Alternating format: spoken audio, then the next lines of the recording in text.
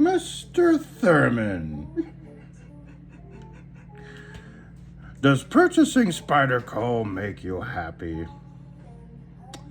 No. No, it does not. In fact, I have had nothing but orgasmic experiences with Spyderco since 1997, when I bought my first one. So, what I wanted to go over today was every single one of these was a pawn shop find. And to understand, I wish, the majority of my people following my channel were knife nuts, so that I could just make life a lot easier and not explain things. But I have a lot of friends and a lot of viewers that don't know shit about knives. And they're never going to, and that's perfectly fine, because to get to my level of knowledge about these things, you would literally have to, when I can't sleep at night, I get on Blade HQ and I fucking look at knives or Knife Center, and I find things that I like, and I research them, and I figure out different blade steels, and decide what's best for my environment. I live in Phoenix, so it's a very dry environment, so D2 tool steel is perfectly acceptable out here. You take D2 tool steel out to Florida, and it's going to be a fucking nightmare. But when you're spending this kind of money on knives, you're going to do a little bit of fucking research. These are not $15 knives you find at fucking Walmart for a reason. So anyway, basically, what I want to do is go over each one of these with the exclusion of the Tenacious for a reason. 8CR13 MOV, it's a liner lock. It's a very simple knife. It has like an 80% lockup. What I'm referring to is how much of this lock matches up with the blade.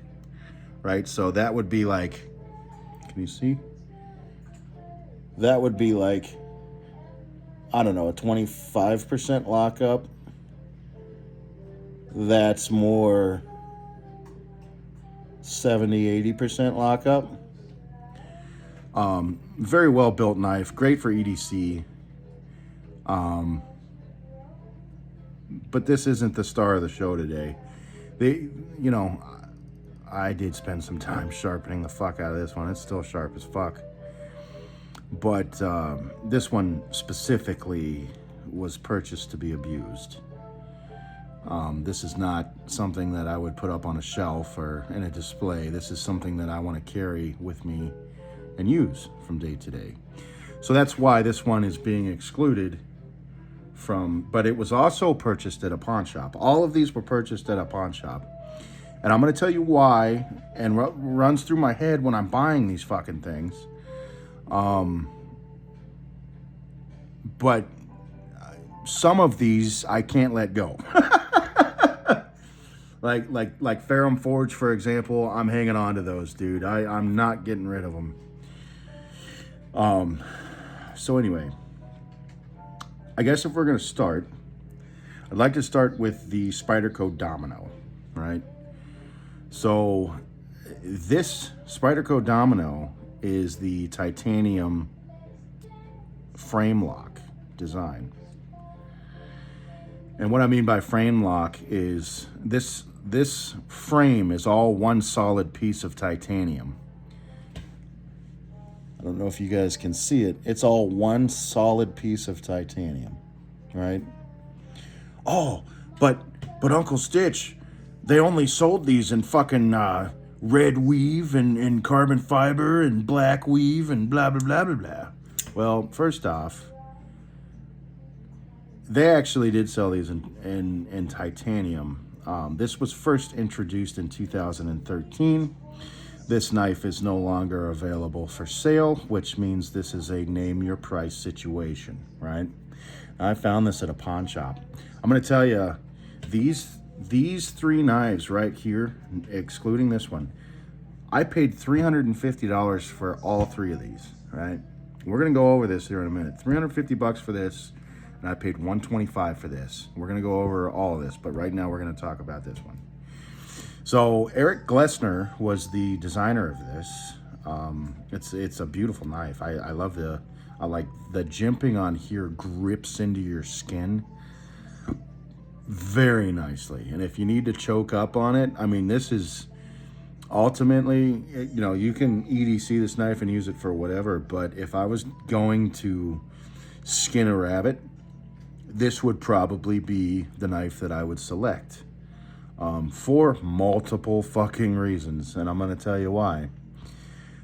This is the second knife that Spyderco ever produced with a Kit Carson inspired flipper, which is this little tab here. And you'll have to excuse me, my fingers are weak.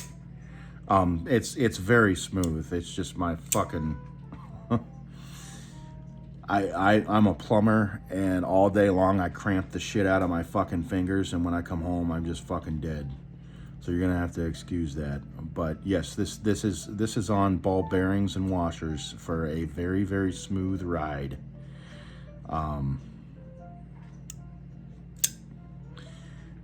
It's almost perfectly centered.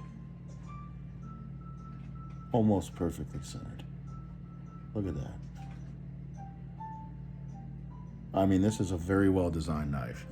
The mind-blowing things about titanium frame lock, you'll see a pattern here, is titanium one of the hardest substances, one of the hardest metals in the world. You know, the more you heat it up, the tougher it gets. It requires special machining to make these things. The fact that I'm able to move, this is what they're building spaceships out of. And this design took one of the hardest metals on Earth, and I can just, with my thumb, move it over and get it out of the way with little to no effort at all. That, you know, I grew up in the 80s and 90s, so this type of shit just blows my fucking mind. I know it means nothing to everybody nowadays, but, you know, I love having a heavy flipper. Titanium is a very, very durable choice of material. Hang on just a second. Let me get rid of this fucking... My nails are fucking dirty as shit, as you can tell. So the type of steel that they chose for this was CTS XHP. It can be hardened to 64, like a Rockwell hardness of 64 HRC. I'm not going to spend too much time talking about the chemical composition. If you guys want to do your own research, you can, because I don't want to bore people. But like the chemical composition's carbon, chromium, manganese, nickel, silicon, vanadium, so on and so forth. This is made out of... this is comparable to D2 tool steel. D2 tool steel is one of my favorite steels because of the edge retention, because of the wear resistance, because of the toughness, because of the ability to use that on anything and not worry about it. Like I'll use this for cardboard, you know what I mean? Would I go shave a fucking pane off a door with it? Probably not, because it's probably not going to last very long if I do. You know, it just, when you put an edge on CTS XHP, it's going to stay there for a very, very long time. And it's going to go through hell. You can torture the fuck out of these things. And you know, the thickness to me, I love the thickness. I don't know how else to compare the thickness to, but like, there's my finger, and I have fat fingers. I mean, this thing's fucking solid. I absolutely love it. The ball bearings and washers, that it just, when it clicks open, you feel the vibration in the hands and the handles. It's just super solid. But when we look at the lock up here, I would say, and this is titanium, so it's okay for it not to be absolutely fucking perfect, but it's at least 50%. It's at least 50% lockup, maybe 60, which stainless steel is gonna fail a lot faster than titanium, for sure. So anyway, I haven't decided what I'm gonna do with this one. They do not sell these anymore. If you go searching for the Spyderco Domino, you're gonna find they had them for sale, and when they were for sale, they were right around 350s or so. But they're not the titanium one. They're the carbon fiber or the weave design, where it's like a red and black weave. They're very cool looking, but they weren't the titanium ones. So through the research that I've done, I found that these were 300, and none of these are for sale. But when they were for sale, these were $375 new. Now that they're out of production, they're out of sale, it is now the seller's choice to name a price with this. But for now, what we're gonna do is we're just gonna name this $375. That's what it was when it was new, and we're not going to talk about upping the price because they're no longer available. And you don't find them on eBay. You don't, like, they're just not available. So anyway, that's what I wanted to say about the Spyderco Domino. You know, there's a lot of cool things about it. It's made in Taichung, Taiwan. Taiwan is responsible for producing some of Spyderco's more crazier designs, super tight tolerances. I've never had a Spyderco that disappointed, and this certainly isn't one of them. I absolutely love the way that this thing feels, like choking up on it. Like, this would be perfect for you know, running down the legs of a fucking rabbit, just fucking, you know, skinning it. I mean, this is, in my opinion, a solid knife. I would totally fucking like, it's sad that they don't sell these anymore, but that's a benefit to me. And this is why you go to pawn shops, because they don't know what they fucking have. They're gonna take a look at the blade and they're gonna be like, oh, it looks like all the other ones. Well, that thing's probably, we'll give you $30 for it. And the crackhead fucking sells it, and then I walk into the store and I find a gem, and that's what happened. So the next thing that I wanted to go over was the two paramilitary 2s that I have. These are both special in their own way. So Spyderco Paramilitary 2, they have the Paramilitary 3, and they also have the, oh, what's the other one? The Police Edition or something. It's just like this, except the Police Edition's like fucking huge. So anyway, this one is made in Maximet. Now, for those of my buddies that are familiar with Spyderco and Maximet, Maximet is a powdered steel. So working with Maximet requires special machining, and the reason why is because the content of Maximet is like vanadium, tungsten, carbon. It can achieve a Rockwell hardness of 67 to 69, which is excessively hard, right? So that thing has a scalpel edge on it. It obviously has been used. You can see a little bit of rust on there. We're not going to spend too much time talking about that. There's a reason why I'm bringing up prices, because new this was $384, right? So I paid $116.66 for this. I paid $116.66 for this, and I paid $116.66 for this. This was $384 when it was new. I found one used on eBay, right? So on eBay, you know, and depending on what day you get on, there might be another one on there. Somebody might be desperate. It might be a collector that has no intentions of selling anytime soon. But so used on eBay at an average of $288 used.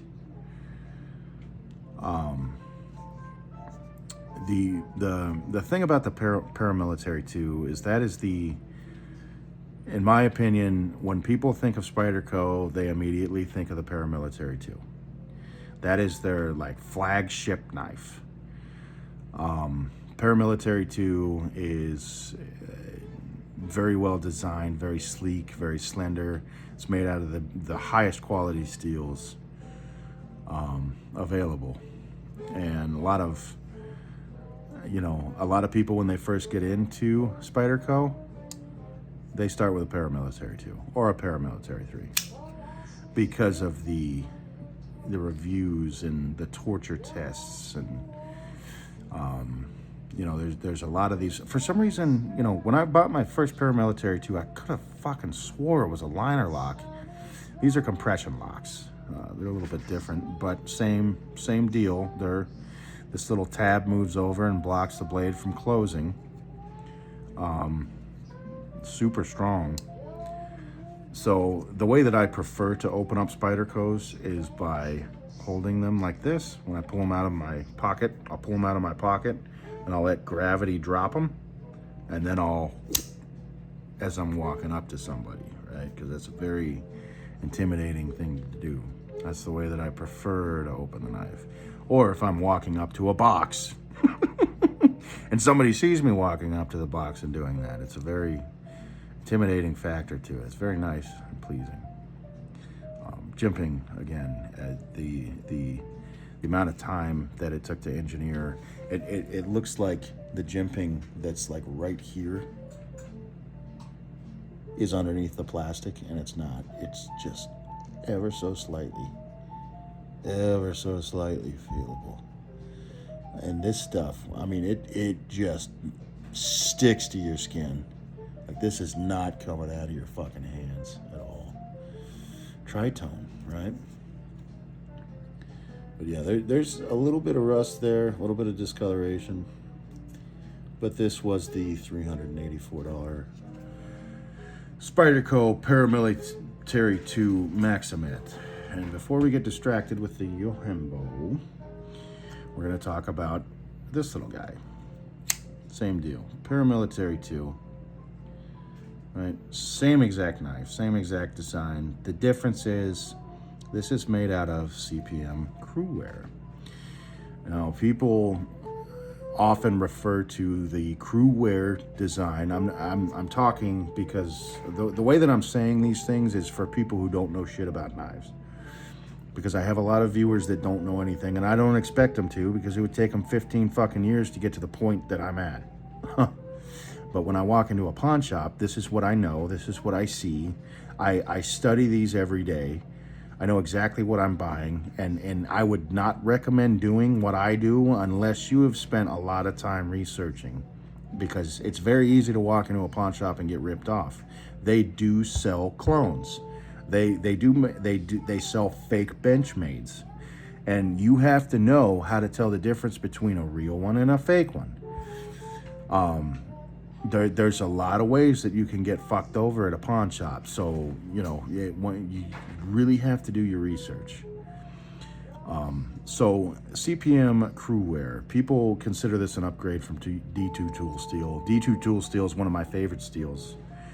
I have it in quite a few of my Bela songs, and I love flipping. For those of you, I'm sure all of you have seen those videos, but flipping is one of my favorite things to do. I love how thick this blade is, and it just narrows down to a sick fucking point.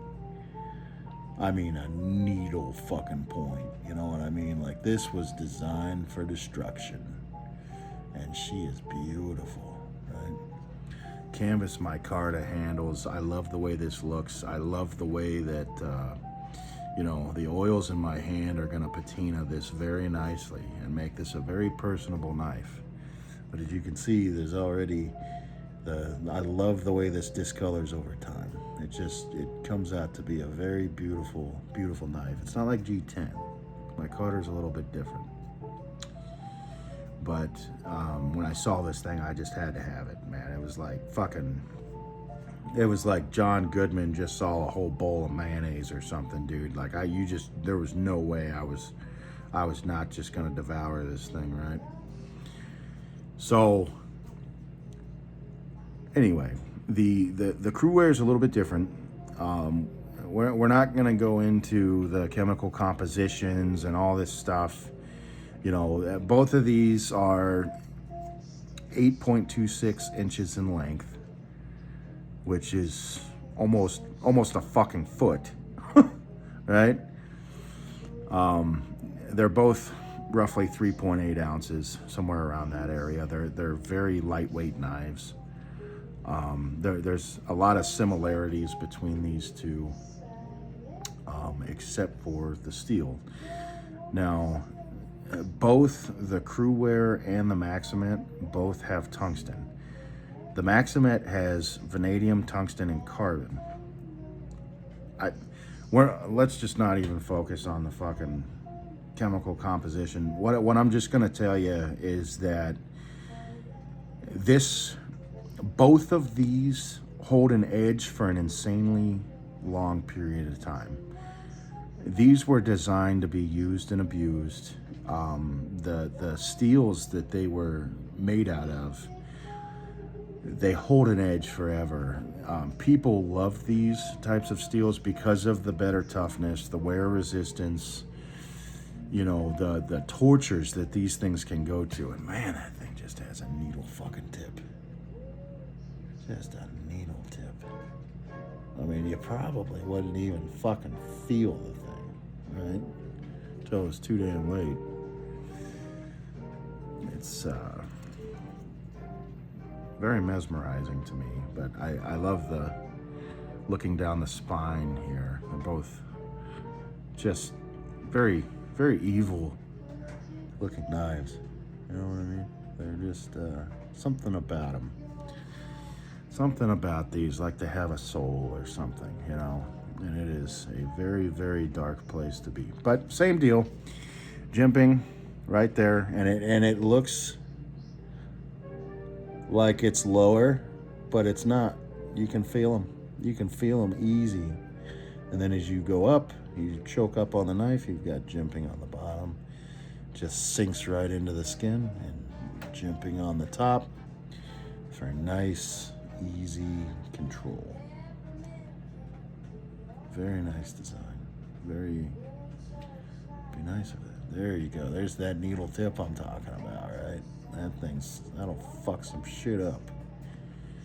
So anyway, the only difference is this requires special machining to work with.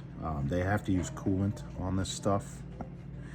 From the videos that I've seen, they use like a milky purple coolant when they're working with this stuff, because if it heats up, it gets even harder, and it's just a very tough material to work with.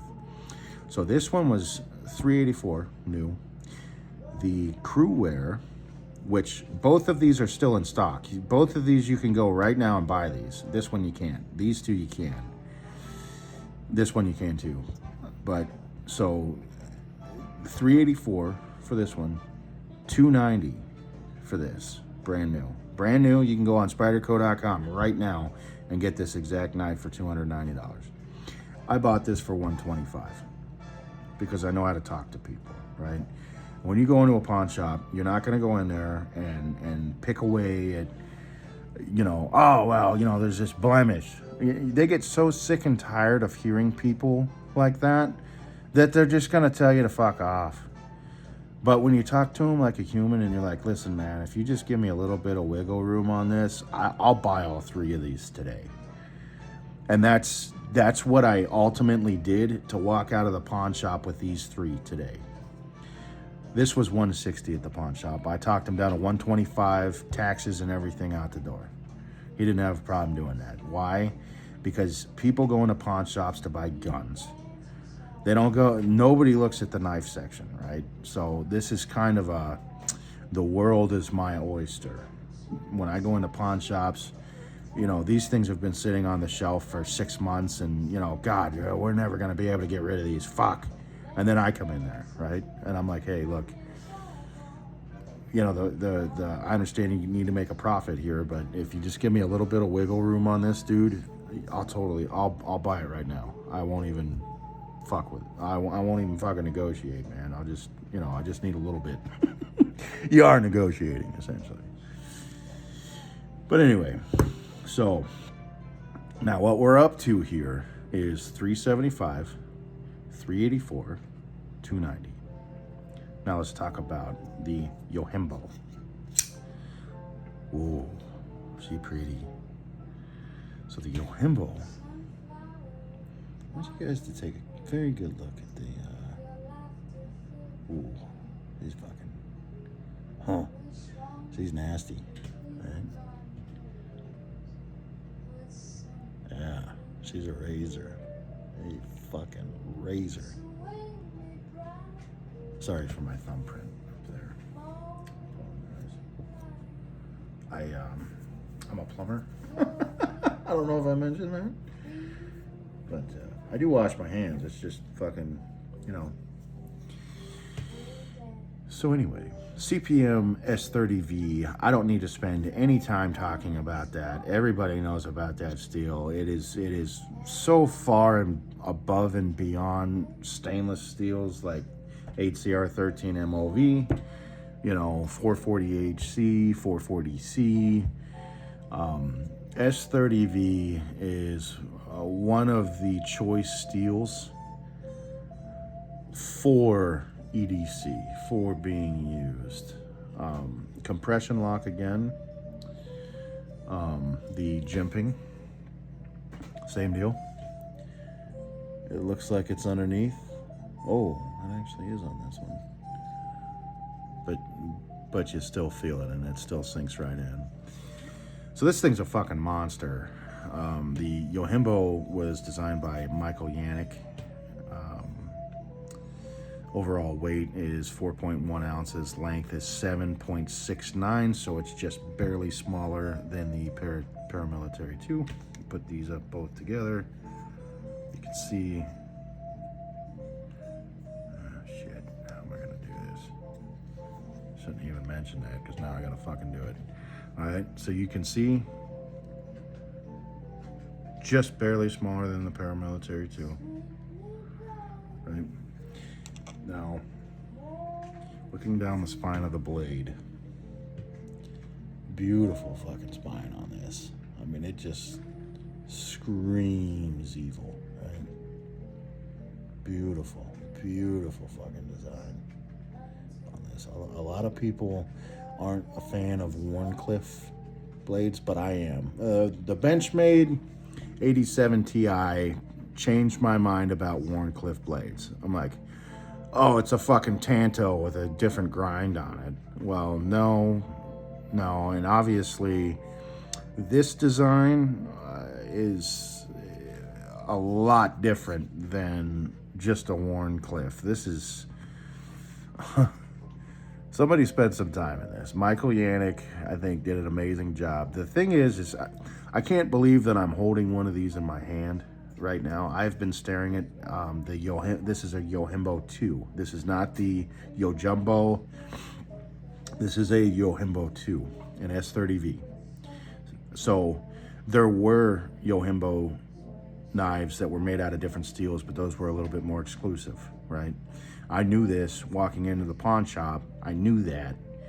When I saw CPM S30V, I was like, okay, this is a regular Yohimbo. And I have been staring at one of these for like 6 years, dude.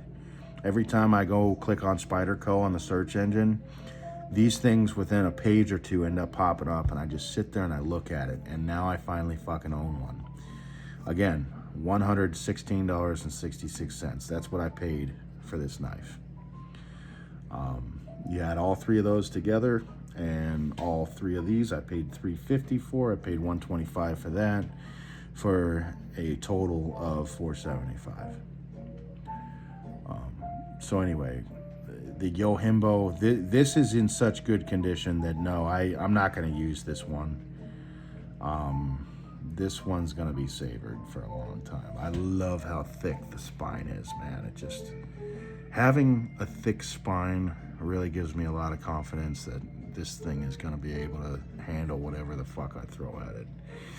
The G10 that this is made out of is the very, very grippy. It's not like the soft G10 that you find, and it's wow, you can visually see the difference between the two G10s. Hang on. Let me get this close up to the camera. So this is the resilience. You see the texture?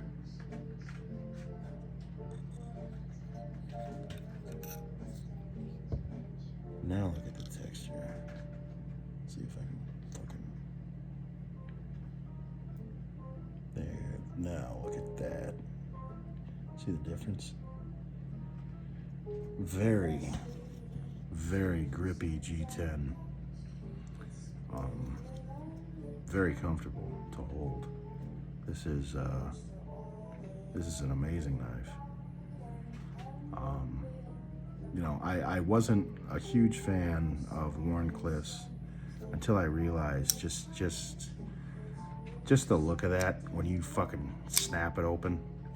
You know, it's just got that fucking, well, I just opened up a scalpel, you know, it's just got that fucking look at it, you know, which makes me feel good when I open them. And when I'm using these to cut boxes and shit, you know, Spyderco has always been a pleasure to use. They make a fantastic knife. So now we're going to talk about some other things related to these Spyderco purchases, with the exclusion of my Tenacious. Realistically, because I paid $25 for this, and by the time I sell this, I would have profited, I don't know, $10 by the time I pay for shipping. So it's like, it's not for sale. Like, this thing's getting the shit beat out of it. Abso-fucking-lutely. So anyway, these four. Here's what we're going to talk about. So, we have $375, $384, $290. So the Yohimbo, new, they're $264 for the CPM S30V steel, which is not the exclusive, but I'm telling you, CPM S30V is an amazing steel. Compression lock design, same deal with the paramilitaries, same deal. Compression lock, very smooth. It clips right into place. Clip. Look. Straight down the middle. Straight down the fucking middle on that one. Same. Open it up like that. You know, and you just. Anyway. So. 375, 384, 264, and 290. All of those together is $1,313. I royally raped the pawn shop I walked into today. They can't see the difference between this knife and this knife. They both look fucking identical. You know what I mean? They have no idea what they have. They have no idea. And when people are selling these, it's usually because they're desperate and they need fucking $100 right now to go pay their utility bill or some bullshit. Or drugs or whatever. So, which reminds me, we have to make a video on cleaning these and taking them apart. This one, we don't, because we did that. But these three, we do. All right. Before we get sidetracked.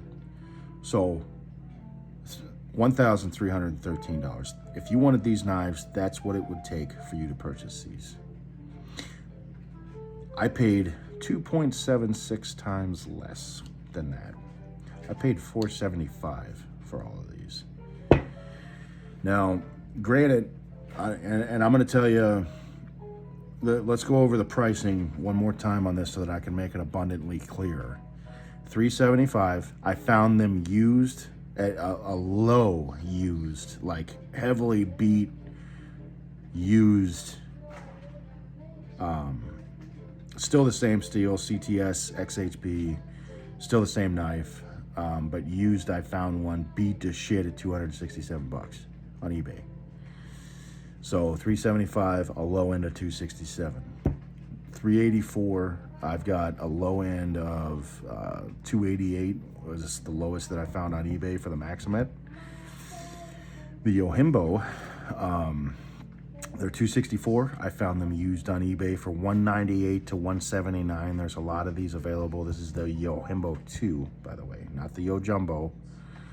Or there's also a Yohimbo 3 as well. There's some myriad of things, but this in particular one, new $264, used $198 to $179.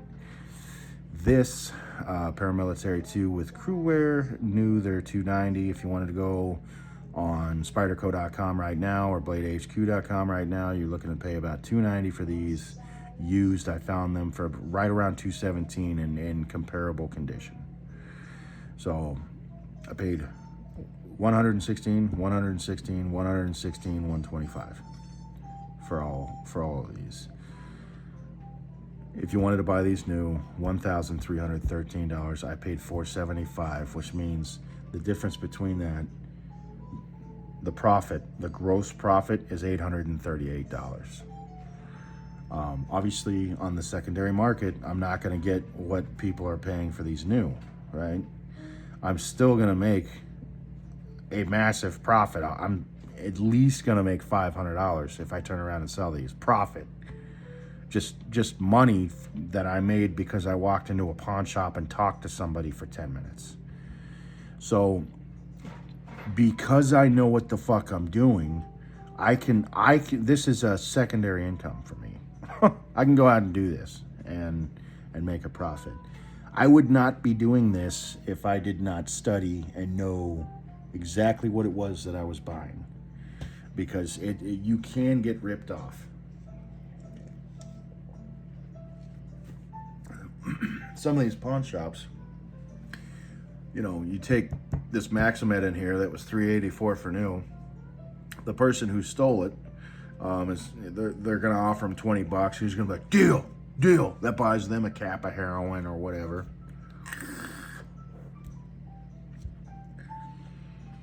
And sometimes pawn shops will put these up for brand new prices.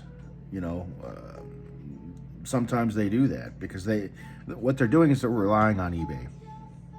That's exactly where they go. They go right to fucking eBay and they see what they're selling for, and they can't find used ones. Sometimes you can't, you know, sometimes you can. So they just kind of base their pricing off of, okay, well, should cost about this much, and somebody's going to pay that because these are selling at this price, and that's what they put it up on the shelf for. Now, when I go in there, I do not spend a lot of time downplaying the steals, right? I don't spend a lot of time. I will point out the tiny little discoloration there. I will certainly let them know that. But I'm not going to sit there and tell them it's a piece of shit and you should give this to me for nothing and blah, blah, blah, blah, blah. They're tired of that, right? What I do is I go in there and I say, hey, look, I am an avid collector. I would love to own these knives. I would love to add these to my collection, but the price point's a little higher than what I'm willing to spend for them. You think you could give me a little bit of wiggle room on that?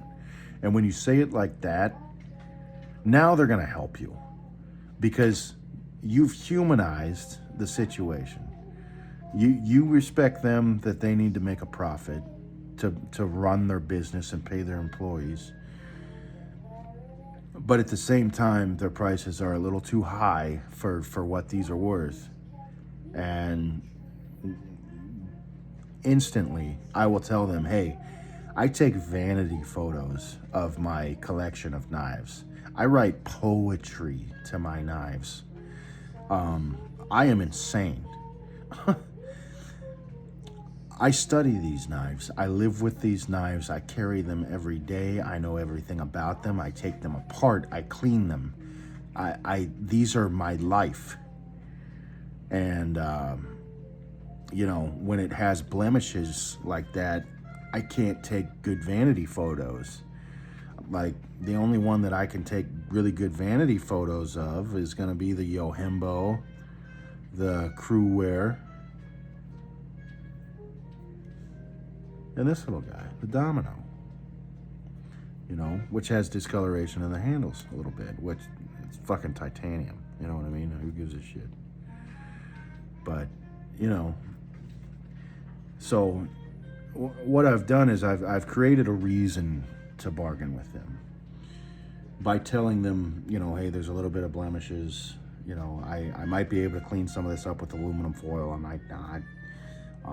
The type of steel, you know, some steels are more forgiving than others. You know, these are obviously used knives. Do you think you could work with me? When you say it like that to them, this is how I get good deals, guys. This is how I get fucking steals on these knives, is I humanize the situation. I tell them what my needs and wants are, right? I take photographs, dude. I put these up in trees and take photographs with a beach behind me coming through the mirror image of the blade because I've polished it so well. You know, I take pictures of it in a black background and edit the photograph and make it black and white and do all these different things. And you know, I love these knives. I collect these knives. I've been collecting these since I was like 12. You know, when you talk to them and tell them that you're not just some punk walking in there saying, oh yeah, I wouldn't give you any more than $100 for all of these, they're gonna tell you to get the fuck out. You know what I mean? But the other thing is most pawn shops will put stickers on these things and they'll tell you how long they've been in the store. You just got to know how to read the sticker. And if these have been sitting around in a store for 8 months, the owner's going to do anything he fucking can to get them the fuck out of here so that he has more shelf space, because pawn shops have a shortage of fucking shelf space. So if you run across that situation where it's been in there forever, which you better pray to God I don't live in your town, because they won't be in there forever, I promise you. But if you do run across that and it's been in there for a year, let's say, that's when you can lowball, right? Because they're sick and tired of seeing it every day. And I wouldn't necessarily lowball to make it a point to be offensive. I would lowball to make it a point to let them know that, you know, like, hey, I need a basic box cutter and this kind of looks cool, but dude, will you take like $50 for it? You know, if it's been sitting there for a fucking year, if it's been in there for a couple of days, and you go in there with my strategy and you tell them like, hey, I am religiously, I live with these knives. These are a part of my life. I collect them. I study everything about them. I go to sleep at night reading about these. You know, I would love to have these as a part of my collection, but I think the price is a little high, given the blemishes and, you know, the fact that they're used. They're used knives. They're not as sharp as they were when they, and these are very sharp, but they're not going to test that. You know, do you think you could give me a little bit of wiggle room? I'd like to buy all three. Okay, well, what are you proposing? That's usually what they say. And I'll be like, well, would you do $350 for all of them? and these are sitting there with tags that are, you know, they're wanting like $600 for all three of these, right? Which is still a fucking deal. And I just said $350, but the way that I said it humanized the situation. I didn't come in there acting like a dick, saying, oh yeah, these things are pieces of shit, I'll give you like $300 for them. They still have to make a profit, right? And if you're nice to them, a lot of times they're willing to work with you. If you go in there acting like a dick, they're gonna immediately tell you to get out of the store. So because I know how to talk to people, $838 profit. That's what I consider these to be. That's what I made. Now, we're gonna be doing some videos on taking these apart. This has ball bearings, so we're gonna be super careful with those. But when you buy a knife from a pawn shop, it's also important to remember somebody brought that in there, right? Now, that person might have fucking AIDS. That person might have just used it in a fucking murder. You have no idea. And the fact is he probably didn't use it in a murder, and he probably doesn't have AIDS. He probably used it in a murder and murdered somebody that has AIDS. And that's how you need to look at these. You need to look at these like they need to be fucking cleaned. You need to get all the evidence off of it, all the fucking blood. You need to sanitize the fucking blade. Because when you get stabbed with this, inevitably, you don't want to end up with fucking some bullshit. You know what I'm saying? These are used knives. So don't forget that. That's why I make these videos where I take these apart and I fucking clean the shit out of them and rub them down with alcohol wipes and let them sit for a minute or two in alcohol. Not a minute or two, but you know, I take them apart. I clean all the fucking little fuzzies and all the shit out of there. And, you know, I really do a deep cleaning. So those are some upcoming videos on these three. This one's already been done. This one's already been done. So, anyway. All right, guys. Thanks for sticking around. I fucking hate all of you. And we'll see you on the next one. Peace.